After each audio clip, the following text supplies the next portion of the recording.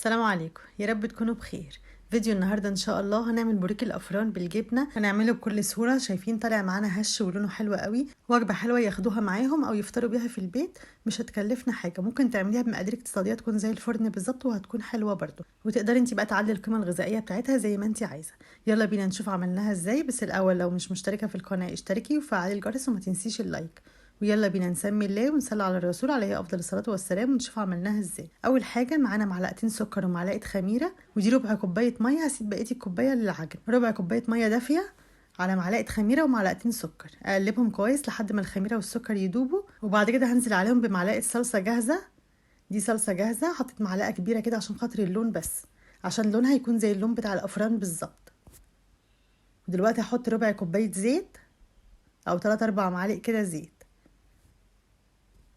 ودي كوبايه زبادي بس كوبايه كبيره. ممكن تعجني بميه او بزبادي او بلبن زي ما انت عايزه.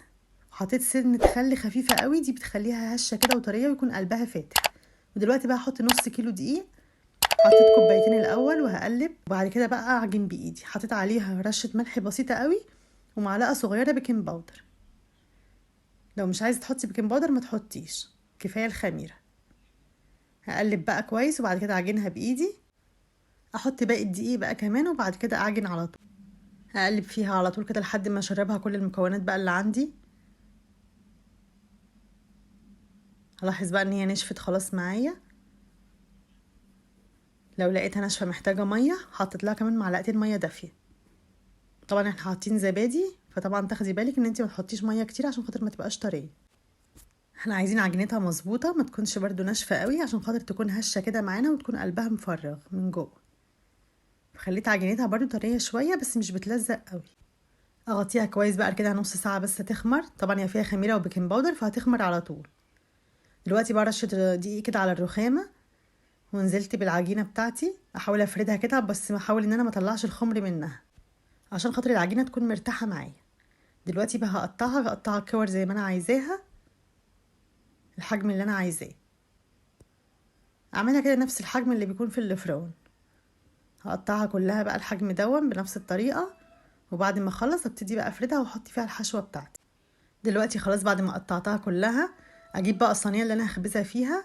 حطيت فيها رشه زيت خفيفه قوي وبالفرشه كده او بمنديل وادهنها كلها، ده عشان خاطر اضمن ان هي ما تلزقش فيها. وجهزت الجبنه اللي انا هحشي بيها اسطنبولي وقطعتها كده قطع صغيره، وابتدي بقى افرد واحده بواحده كده من الفطير اللي انا مقطعاها دي. افرد واحده بواحده واحط فيها الجبنه. دي جبنه اسطنبولي حادقه كده. لو انت بتحبي اي نوع جبنه بقى حطي، ممكن تحطي جبنه كريمي او جبنه رومي زي ما انت عايزه، او كمان موتزاريلا زي ما انت عايزه. انا حطيت الجبنه الاسطنبولي دي عشان تكون زي بتاعه الفران بالظبط. افردها كده احطي فيها الجبنه واقفلها وارصها في الصينيه على طول. طبعا الصينيه اللي هي مدهونه زيت خفيف لازم اقفلها كويس عشان خاطر ما تطلعش الحشوه بتاعتها. لما تخمر ما تفتحش وتطلع الحشوه بتاعتها.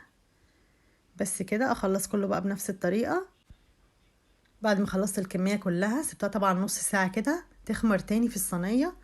وبعد ما لقيتها خمرت كده، طبعا انا مولعه الفرن دلوقتي قبليها ب10 دقايق. دلوقتي بقى الوش بتاعها تحطي عليه زي ما انت عايزه تدهنيه بيض براحتك. انا دلوقتي حطيت عليه معلقه نسكافيه كده في معلقه ميه او ممكن معلقه لبن بس، ودهنت وشها بالفرشه. وبعد كده حطيت عليها حبه البركه. ممكن تحطي سمسم او ممكن تسيبيها ساده خالص. دخلتها الفرن على حراره 180، ولو الفرن مش عالي قوي خليه على 200. خدت معايا ربع ساعه تحت، ولقيتها اول ما القعر احمر كده ولعت عليها الشوايه دقيقتين لحد ما خدت اللون ده. طريه جدا وهشه، مش محتاجه اي حاجه. طعمها حلو قوي، وكمان ممكن تستبدلي اللبن او الزبادي بميه برضو، هتكون اقتصاديه وهتكون حلوه قوي. بس طبعا اللبن او الزبادي بيديها قيمه غذائيه عاليه، لكن ما بيأثرش في الطعم، نفس الطعم بالظبط لو عملتيها برضو بميه. هتكون حلوه قوي للفطار او للسندوتشات، مش هتاخد منك وقت وهتطلع حلوه قوي. وعملنا كميه حلوه قوي بنص كيلو دقيق، هشه وطريه وشكلها حلو قوي وطعمها كمان جميل جدا. بس كده، اتمنى تجربوها بطريقتي وان شاء الله تعجب. اتمنى الفيديو يكون عجبكم. لو الفيديو عجبكم ما تنسونيش باللايك والاشتراك في القناه وتفعيل الجرس عشان يوصلكم كل فيديوهاتي. والسلام عليكم ورحمه الله وبركاته. مع السلامه.